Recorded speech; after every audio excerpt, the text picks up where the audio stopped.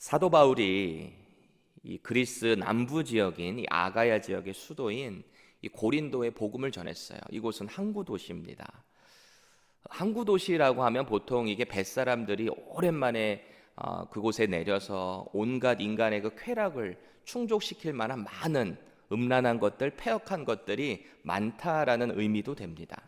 그래서 그곳에는 신전을 비롯해서 온갖 음란한 것들이 아주 많이 있었던 곳이죠.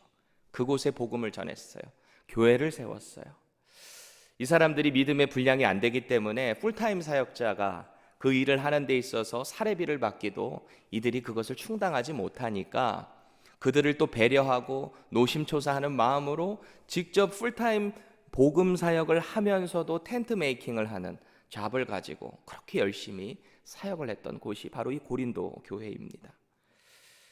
그곳을 열심히 목양하다가 이제 또 다른 곳으로 이제 사역을 떠났는데 들리는 소리가 계속 교회가 분쟁 가운데 있고 서로 이기심 가운데 싸우고 영적으로 성숙하지 못하다는 이야기, 또 여러 가지 이 신앙적인 질문들을 받은 것에 대한 편지를 쓴 게 고린도 전서잖아요. 교회 안에서 영적인 질서가 세워지질 않아요. 그래서 바울은 아주 답답하고 간절한 마음으로 이 에베소라는 지역에서 이 편지를 쓰는데 내용이 그거예요. 교회는 그러면 안 된다는 거죠. 편지 시작부터가 그걸 보여주고 있어요. 고린도전서 1장 2절 보세요. 고린도에 있는 하나님의 교회 곧 그리스도 예수 안에서 거룩하여지고 성도, 거룩한 무리라고 일컬음 받는 우리들은 그러면 안 된다라는 이야기로 언급을 하고 있는 거죠. 하나님의 특별한 기름 부은 받은 자이신 메시아, 하나님의 그 구원자 예수 그리스도를 믿는 자들, 영접한 자들, 그 거룩한 무리들은 이런 당파 분쟁, 영적인 이기심이 있어서는 안 된다는 것입니다. 그래서 교회는 어떤 어려움이 발생하게 될 때 다시 복음이신 예수 그리스도께 집중해야 한다라는 것입니다. 우리를 교회로 부르신 분이 누구신지, 그분을 우리가 또 어떻게 구세주로 영접하게 되었는지 하나님의 지혜 앞으로 다시 나아가라 라고 말하고 있는 거예요. 그래서 오늘 본문 10절 다시 보세요. 오직 하나님이 성령으로 이것을 우리에게 보이셨으니 그러고 있습니다. 바울이 말하는 이것이란 예수 그리스도를 통해서 우리에게 전해진 복음이죠. 하나님의 지혜, 그분을 이야기하고 있는 거예요. 하나님께서 성령님을 통해 우리에게 보여줬대요. 보여진 거예요. revealed라고 그래요. 나타난 거죠. 여기에 쓰여진 헬라어 단어 아포칼립토라는 이 단어는 덮개를 제거하다, 나타내다, 혹은 폭로하다라는 뜻을 가지고 있어요. 중요한 것은 이 표현 앞에 나오는 오직입니다. 세상 모두에게가 아니라 오직 성령님을 통한 자들에게만 그 복음이 보여졌다, 드러났다라는 것입니다. 엄밀히 말하면 바울 역시 그저 어떤 지식을 통해서 복음을 받아들인 것이 아니라 성령님께서 복음 되시는 그리스도를 보여주셨기 때문에 확실하게 알고 믿게 됐다라는 것이죠. 성령님이 너무 확실하게 revealed, 드러내 주셨다라는 것입니다. 저희 목장에 어떤 분은 수십 년 동안 신앙생활, 이 교회 생활을 했는데도 아직 예수님을 인격적으로 영접하지 못한 분이 있으세요. 그래서 우리 목장 식구들이 이 말씀 나눔 가운데 계속해서 그분을 격려하고 말씀 가운데 계속해서 주님을 드러나게 하려고 기도하는 마음으로 계속 권면을 하고 있는데요. 그분 입장에서도 참 답답한 것 같아요. 그렇게 오랫동안 했는데도 이게 뭔가 좀 확 선명하게 믿어지지가 않으니까 그러신 것 같아요. 그런데 우리는 확실하게 믿어요. 성령님께서 그분의 눈에 쓰여진 그 덮개를 한 번에 착 벗겨주시는 순간 예수 그리스도가 누구신지, 그 하나님의 지혜가 어떻게 우리에게 임했는지 분명히 깨닫게 될, 단번에 믿어지게 날 그날이 올 것을 우리는 믿는 거죠. 그 성령님의 역사하심은 아주 놀라울 때가 많아요. 때로는 우리가 전혀 생각하지도 못한 상황 가운데 하나님의 말씀을 들을 때, 혹은 읽을 때, 기도할 때, 찬양할 때 성령님께서 역사하시면 그 복음이 아주 선명해지는 거죠. 도저히 저 사람은 믿을 것 같지 않은데 성령님이 역사하시면 그 지혜 가운데 그 하나님의 뜻을 알게 된다라는 것입니다. 왜냐하면 성령님은, 그분의 능력은 바로 하나님이시기 때문입니다. 10절 말씀 다시 보세요. 모든 것 곧 하나님의 깊은 것까지도 통달하시느니라. 성령님이 그러신다는 거예요. 여기서 깊은 것이라고 하면 인간은 도저히 알 수도 예측할 수도 없는 하나님의 경륜이겠죠. 이 부분을 현대인의 성경은 이렇게 번역하는데요. 성령님은 모든 것을 살피심으로 하나님의 깊은 것까지도 알아내십니다. 그래요. 새 번역으로 보면 성령은 모든 것을 살피시니 곧 하나님의 깊은 경륜까지도 살피신대요. 그래서 NIV가 여기서 통달하다라는 표현을 The Spirit searches all things 그래요. search하는 거예요. 다 살피시는 거예요. 하나님이 하시는 모든 것들을 살피시고 감찰하는 분, 그분이 성령님이다라는 것이죠. 사도 바울은 이 표현을 로마에 있는 교인들에게 이 편지를 쓸 때도 이렇게 바꿔서 말해요. 로마서 8장 27절입니다. 마음을 살피시는 이가 성령의 생각을 아시나니 이는 성령이 하나님의 뜻대로 성도를 위하여 간구하심이니라. 하나님께서도 우리의 마음을 살피시고 감찰하신다는 거예요. 그런데 또 이 하나님께서도 그 성령께서 우리를 위해 탄식함으로 간구하시는 그 마음을 다 아신다. 성령님이 하나님의 마음을 아시고 그 성부 하나님이 또 성령님의 마음을 아신다는 거예요. 그래서 그 유명한 롬파리팔이 나오는 거예요. 로마서 8장 28절에 우리가 알거니와 하나님을 사랑하는 그의 뜻대로 부르심을 입은 자들에게는 모든 것이 합력하여 선을 이루느니라. 성부 하나님의 그 지혜가 이 땅 가운데 예수 그리스도, 성자 예수 그리스도 우리에게 나타나셨어요. 그분을 보이시고 알리게 하신 성령 하나님께서 우리들에게 그분을 밝히 보이시는 거죠. 이 삼위일체 하나님의 그 동역하심이 우리에게 드러났어요. 그렇듯이 예수 그리스도를 영접한 성도, 거룩한 무리인 교회들도 하나가 돼야 한다라는 이야기를 하는 거죠. 오늘 사실 본문 10절의 내용은 오늘 전체 본문을 다 아우르고 있어요. 이 10절 하나에 다 묶일 수 있는 내용인 거예요. 우리는 성령님을 통해서 복음을 밝히 알게 되고 받아들인 자들입니다. 12절 보세요. 세상의 영이 아닌 하나님께서 보내신 거룩한 영이신 성령님을 통해 그리스도의 십자가의 은혜를 알게 되었어요. 또 성령님에 잡힌 사람은 13절 보세요. 이 복음을 말할 수밖에 없게 되는 거예요. 세상의 학문과 지혜가 아닌 오직 성령님께서 가르치는 걸로 한대요. 왜일까요? 결코 세상의 눈과 지혜로는 볼 수도 깨달을 수도 없는 영의 일이기 때문입니다.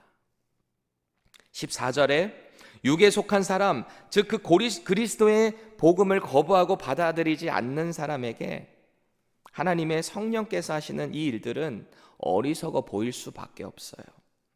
왜냐하면 그들에게는 성령님이 함께 하시지 않기 때문에 영적인 눈이 감겨져 있기 때문입니다. 분별되어 있는 거예요.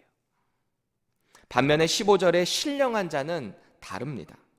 현대인의 성경으로 이걸 다시 보면 영적인 사람은 모든 것을 제대로 평가하지만 세상 사람은 그를 제대로 평가하지 못합니다. 그래요. 그렇겠죠. 거룩한 영에 속한 그리스도인들은 이 성령님의 지혜로 그분의 계신 말씀인 성경 말씀을 따르죠. 또 삶의 모든 영역에서 성령님의 인도하심, 지도하심을 받으니 그 사람의 판단은 정확할 수밖에 없는 거예요. 세상 그 누구로부터의 판단에 자유롭게 되는 것입니다. 저는 이게 바로 거룩한 성령님이 지배하시고 감찰하시는 이 교회의 권위라고 믿습니다. 세상의 그 어떤 권세로부터도 자유하며 이 교회의 권세를 그 어떤 것도 누를 수 없다라는 것입니다. 16절 보세요. 누가 주의 마음을 알아서 주를 가르치겠느냐? 그러나 우리가 그리스도의 마음을 가졌느니라. 아멘. 바울은 이 분쟁하는 고린도 교회를 향해서 편지의 시작부터 계속해서 하나님의 능력과 지혜로 이 땅에 오신 분, 그 복음이신 예수 그리스도부터 다시 시작해야 한다라는 말을 하고 있어요. 그런데 바울은 오늘 본문 가운데 역시 하나님께서 이 놀라운 지혜를 알도록 허락하신 사람들이 있는데 그게 바로 우리다 라고 말을 하고 있어요. 여기서 말하는 우리가 누굴까요? 예수 그리스도로 거듭나고 사명받아서 성령님의 지혜로 인도함을 받으며 복음을 전하는 바울을 포함한 모든 그리스도인들을 이야기하고 있습니다. 나아가서 예수 그리스도를 영접한 현대의 저와 여러분들을 말하고 있죠. 우리가 바로 하나님의 거룩한 영이신 성령님의 가르침으로 그 지혜를 얻게 되었다라는 것입니다. 세상에서는 어떤 일을 좀 잘 처신하고 주변에 조언도 좀 잘해주고 그런 사람을 가리켜서 지혜자라고 말합니다. 저 사람 참 지혜가 있어, 이렇게 말하죠. 공동체 가운데 그런 지혜자 몇 명만 있어도 참 공동체가 잘 이렇게 풍성하게 되는 것을 보게 됩니다. 든든하죠. 그런데 성경이 말하는 지혜의 개념은 달라요. 세상도 인정하는 지혜의 대명사 하면 솔로몬이죠. 솔로몬. 그 지혜자가 이런 유명한 말을 했잖아요. 잠언 1장 7절 보세요. 여호와를 경외하는 것이 지식의 근본이거늘 미련한 자는 지혜와 훈계를 멸시하느니라. 또 이에 못지않게 강조되는 구절이 있다면 시편 111편 10절입니다. 여호와를 경외함이 지혜의 근본이라 그의 계명을 지키는 자는 다 훌륭한 지각을 가진 자이니 여호와를 찬양함이 영원히 계속되리로다. 이게 성경이 말하는 지혜인데요. 이 성경이 말하는 지식과 지혜의 차이는 뭘까요? 여기 지식으로 번역된 히브리어 단어는 다트라는 단어인데 기교 있는, 아는 이런 뜻이에요. 그러니까 어떤 사물을 잘 인식하게 돼서 얻어낸 결과 그 knowledge를 지식이라고 하고, 지혜라고 하면은 호크마라는 단어인데, 죄송합니다, 아침에 자꾸 이렇게 원어 얘기해서, 경험이나 관찰 혹은 반성으로 얻어지는 지식과 감정의 결과물이 지혜다라고 말합니다. 때때로 성경은 이 지혜와 지식을 혼용하거나 지혜를 종합한 전체를 지식으로 보기도 합니다. 대표적으로 여호와를 경외하는 것이 지식의 근본이 된다, 이렇게 말을 하잖아요. 그 지식 안에 하나님의 지혜와 훈계가 포함된다라는 것입니다. 다시 말해서 하나님을 아는 것 자체가 자연과학, 의학, 철학, 역사, 그리고 윤리와 같은 인류가 추구하는 모든 학문의 근본이 된다라고 말을 하고 있는 거죠. 이걸 온 인류가 인정하는 최고의 지혜자인 솔로몬이 말을 하고 있는 거예요. 솔로몬만큼 큰 지혜로 칭송받고 역사에 남아 온 인류가 기억하는 사람이, 이 사람이 그렇다라고 하면 그런 거 아닐까요? 그 하나님의 지혜가 이 땅 가운데 예수 그리스도로 오셔서 십자가를 통해 구원을 우리에게 허락하신 거예요. 그 하나님께서는 그 구원의 비밀을 성령님을 통해 우리에게 보여주신 이 사실, 이 특권, 얼마나 감사하면서 살고 계시나요? 이 특권을 얼마나 누리고 계신가요? 오늘 본문을 가만히 보면 우리라는 표현이 참 많이 나와요. 우리 6번이나 나오고 있는데 읽으실 때 느낌이 어떠신가요? 뭔가 계속해서 사도 바울이 우리라는 이 표현을 강조하고 있는 것 같지 않으신가요? 하나님의 지혜가 성령님을 통해 우리에게, 우리가 세상의 영이 아닌 하나님의 영을 받았어요. 바로 우리가 그리스도의 은혜를 알며 그 우리가 세상으로부터 받은 판단으로부터 자유할 수 있는 그리스도의 마음을 가진 자라는 것입니다. 하나님의 지혜를 소유한 아주 특별한 사람들, 그게 바로 저와 여러분, 우리라는 것입니다. 누구에 의해서요? 하나님의 깊은 것까지도 통달하시고 우리와 함께 하시는 성령님에 의해서요. 그 성령님을 모신 우리가 모여서 한우리 교회가 됐잖아요. 우리. 이 한우리가 참 좋은 이름인 것 같아요. 한우리. 오늘 바울은 그 성령님의 지혜로 고린도 교회 공동체를 이룬 우리라는 거예요. 죄된 인간의 연약함으로 교회 안에 잠깐의 분쟁과 어려움이 있을 수도 있어요. 하지만 성령님의 지혜로 함께하는 우리는 그 어려움을 극복할 뿐만이 아니라 그리스도의 마음으로 그분을 가르치고 전하게 되는 사명을 감당하게 될 거라는 것입니다. 여러분, 언제나 성령 하나님의 지혜는 우리를 하나 되게 하십니다. 그리고 세상의 판단으로부터 자유함을 줄 수 있다는 것을 꼭 믿으시기 바랍니다. 때로는 믿음이 연약해서 넘어질 때도 있어요. 육에 속한 사람은 그때를 놓치지 않고 세상은 우리를, 교회를 향해서 비방하고 판단할지도 몰라요. 또 교회 공동체 안에서도 이 분쟁이나 이기심으로 어려움을 경험할지도 몰라요. 하지만 언제나 우리 속에 함께 하셔서 살아계셔서 우리를 위해 친히 간구해 주시며 다시 일어설 수 있는 힘을 주시는 성령님의 도우심을 믿으시기 바랍니다. 세상은 절대 알 수도 이해할 수도 없는 이 성령님의 지혜가 우리를 오늘 복음 가운데 다시 하나 되게 하실 것입니다. 이 땅 가운데 세우신 이 많은 교회들을 통해서 예수 그리스도의 그 복음, 하나님의 지혜를 만방에 드러내게 하실 것입니다. 오늘도 그렇게 쓰임받는 저와 여러분들 되시기를 간절히 축복드립니다. 기도하겠습니다.